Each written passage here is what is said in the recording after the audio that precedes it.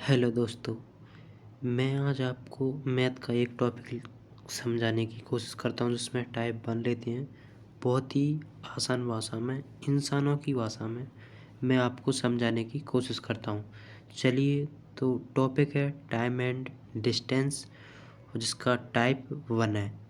लेते हैं question number first, उसके कॉन्सेप्ट को समझेंगे और शॉर्ट तरीके से करने का जो प्रोसेस है वो भी सीखेंगे।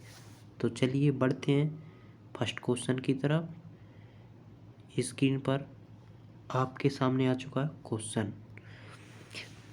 क्वेश्चन आप पहले समझिए। एग्जाम में आप क्वेश्चन को किस नज़र से देखते हैं ये मैटर करता है आपकी स्पीड पर। हर किसी का क्वेश्चन को देखने का अपना अपना तरीका होता है। तो आप कैसे पढ़ते हैं देखिए।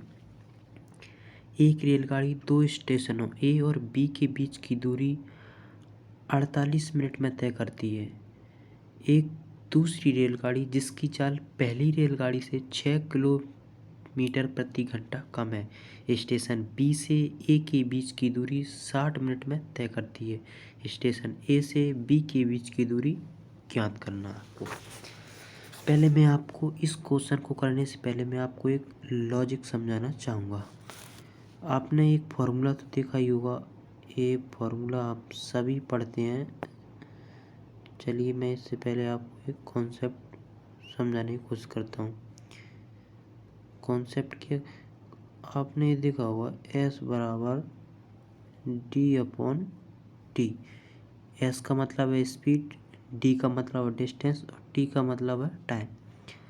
जब जब डी कांस्टेंट होगा मीन्स नियत होगा, मतलब डी में कोई बदलाव ना हो, जब तब उस स्थिति में एस का जो संबंध टी के साथ कुछ ऐसा रहता है।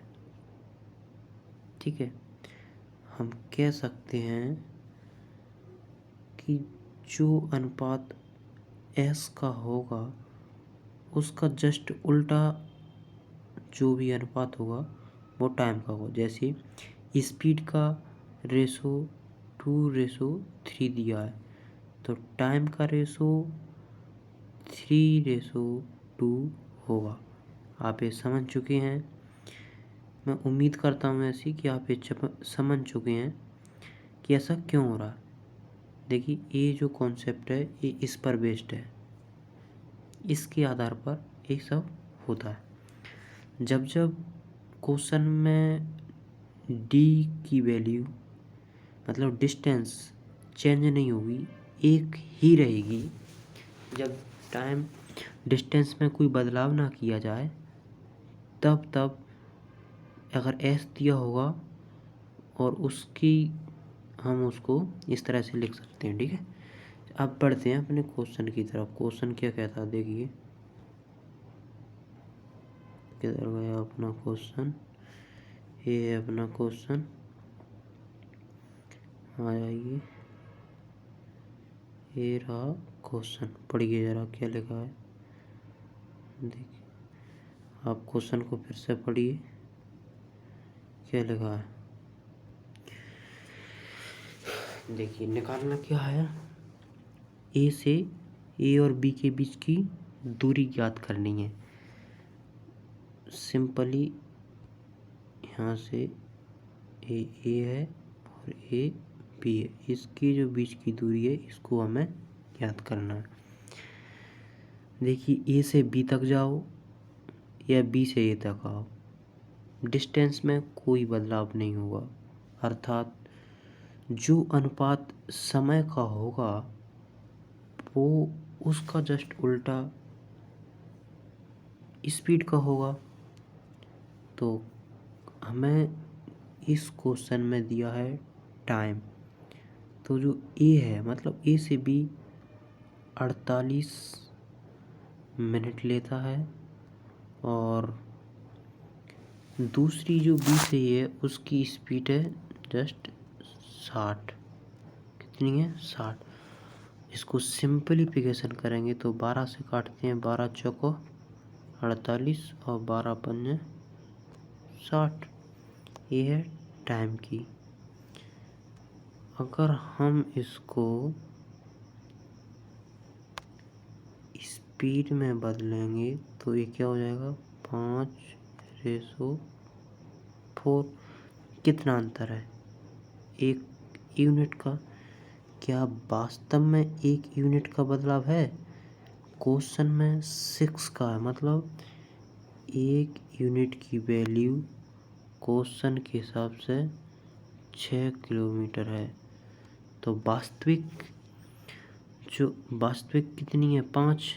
तो जब 1 यूनिट बराबर 6 है तो 5 यूनिट बराबर कितना होगा, इसका करेंगे गुणा तो कितना जाएगा, x बराबर 30 किलोमीटर प्रति आवर। एक क्या निकलेगी हमारी गाड़ी की चाल निकल आई। लेकिन क्वेश्चन में क्या पूछा है, दूरी। क्वेश्चन में क्या पूछा है, ए से बी के बीच की दूरी। अगर कोई गाड़ी 30 किलोमीटर प्रति आवर की स्पीड से चलती है, 30 किलोमीटर प्रति घंटा की स्पीड से चलती है, तो 48 मिनट में कितनी चलेगी। तो डिस्टेंस कैसे निकालेंगे, 30 किलोमीटर प्रति आवर की 48 मिनट में। अब 48 मिनट को बदलेंगे आवर में तो नीचे आएगा 60, और 30 से 2 बार, और 2 से 48 को काटेंगे तो आपका 24। इस 2 से 48 को काट दिया तो कितना आ गया, 24। यही आपका आंसर है। चलिए समझते हैं नेक्स्ट। अगर आपको इसमें समझ में नहीं आया तो नेक्स्ट क्वेश्चन की तरफ बढ़ते हैं। देख, अगला क्वेश्चन है, एक रेलगाड़ी 2 स्टेशनों ए और बी के बीच की दूरी 18 मिनट में तय करती है। एक दूसरी रेलगाड़ी जिसकी चाल पहली रेलगाड़ी से 6 किलोमीटर प्रति घंटा कम है, स्टेशन बी से ए के बीच की दूरी 21 मिनट में तय करती है। स्टेशन ए और बी के बीच की दूरी ज्ञात कीजिए। देखो क्वेश्चन क्या कह रहा है कि एक गाड़ी है कोई जो ए से बी तक जाती है तो उसको 18 मिनट का समय लगता है। एक दूसरी रेलगाड़ी है जिसकी चाल पहली वाली से 5 किलोमीटर प्रति घंटा कम है और वो बी से ए तक जाती है तो उसको लगते हैं 21 मिनट का समय। और तो दूरी ज्ञात करना। अब आप समझ पा रहे हो कि यहाँ पे वही वाला कॉन्सेप्ट लगेगा कि जो डिस्टेंस है, हमारी दूरी है, वो बराबर है, मतलब उसमें कोई चेंज नहीं हो रहा है। अगर दूरी में जब चेंज नहीं होगा तो हम ये वाला जो फॉर्मूला है यूज करते हैं। अगर दूरी में अगर कोई चेंज नहीं हो रहा, मतलब दूरी का कोई रोल नहीं है यहाँ पे, तो जो अनुपात चाल का होगा उसका जस्ट अपोजिट टी का होगा, और जो टी का मतलब समय का होगा उसका उल्टा समय का। तो यहाँ पे दिया हमें टाइम का, तो टाइम का रेशो दिया है 18 अनुपात कितना दिया है, 21। अगर हम इसको सिंपलीफाई करेंगे तो कितना आएगा, 3 से काटते हैं, 3 6 18 और 3 7 21। ये तो हो गया टाइम का। तो स्पीड का कितना होगा, स्पीड का होगा 7/1। लेकिन वास्तव में इनमें डिफरेंस कितने का है, 1 यूनिट का। वास्तव में देखिए ये अनुपात में आया है, मतलब ये पहली वाली गाड़ी की चाल है वो 7 है और दूसरी वाली गाड़ी की 6। लेकिन हकीकत में वास्तविकता में इनमें डिफरेंस 1 है, लेकिन वास्तव में डिफरेंस कितना दिया है, 5 का, 5 किलोमीटर। तो जो चाल होगी वो कितनी होगी, जब 1 यूनिट की वैल्यू 5 है तो वास्तविक चाल क्या है, 7। तो 7 यूनिट की वैल्यू कितनी होगी, तो 7 यूनिट की वैल्यू निकालेंगे तो कितनी हो जाएगी, 7 5 35 किलोमीटर प्रति आवर। ठीक है, 35 किलोमीटर प्रति आवर। पूछा क्या है, दूरी ज्ञात करना है। तो कोई गाड़ी 35 किलोमीटर की स्पीड से चलेगी और 18 मिनट चलती है, पहला वाला टाइम लेना है। और हम मिनट को हम किस में बदलेंगे, आवर में। इसको आप सिंपलीफाई कर सकते हो, है ना। तो चलिए देखिए, 5 से उड़ा लेते हैं, 5 7 35 और 5 कम 5, 5 दूनी 10। इसको उड़ाते हैं 6 से, 6 दूनी 12 और 36 18, तो ये कितना है 3 7 21, 21/2, तो कितना जाएगा जी 10.5 किलोमीटर प्रति आवर। उम्मीद करते हैं कि आपको समझ में आएगा। चलिए बढ़ते हैं दूसरे क्वेश्चन की तरफ। अगर अब समझ में नहीं आएगा तो ये वाले क्वेश्चन से आप समझ लीजिए, ठीक है, बिल्कुल ध्यान से। एक रेलगाड़ी है ए से बी की दूरी 45 मिनट में तय करती है, और एक दूसरी गाड़ी है जिसकी चाल 5 किलोमीटर प्रति घंटा कम है, और दूसरी है जो 48 मिनट में समय कर लेती है। देखिए, अब आपको क्वेश्चन को पढ़ने का तरीका बदलना चाहिए। आपको ज़्यादा सोचना नहीं है, डायरेक्ट आपने देखा कि डिस्टेंस में कोई बदलाव नहीं हो रहा है, तो जो टाइम का रेशो है वो है 45 और 48। 45 इसको डायरेक्ट उड़ा लेते हैं 3 से, 3 एकम 3, 3 5 15, 3 एकम 3, 3 6 18। अगर टाइम का रेशो ये है तो स्पीड का रेशो क्या होगा 6,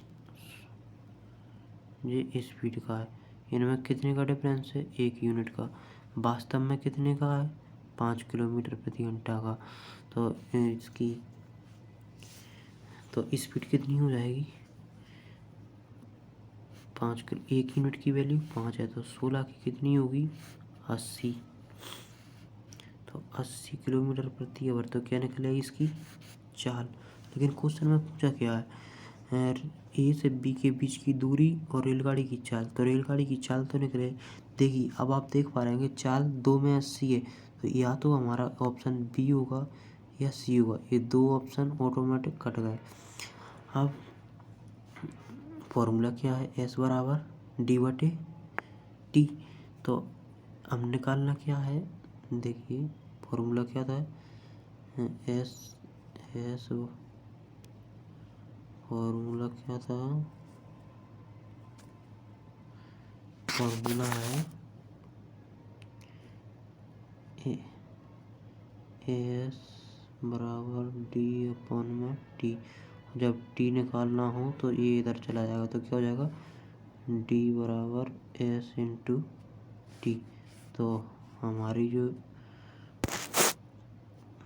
स्पीड है वो कितनी है 80, और समय 45 किलोमीटर, 45 मिनट को बदलेंगे घंटे में, नीचे आएगा 60। 15 से उड़ा लेते हैं, 15 × 45, 15 × 60, 4 से उड़ाएंगे 80, 4 दूनी 8 और 0, तो कितना हो जाएगा जी 60। मतलब ए से बी के बीच की दूरी 60 है और जो चाल है वो 80 है। ऐसा कोई ऑप्शन है जी, बिल्कुल है option B. Option B B आपका सही है। उम्मीद करता हूँ कि आपको कॉन्सेप्ट समझ में आ गया होगा, आपको कॉन्सेप्ट जो है क्लियर हो गया होगा। देखिए, मैं थोड़ा सा 2 मिनट 1 सेकंड आपकी थोड़ा सा देखिए, एक बार और समझ लीजिए।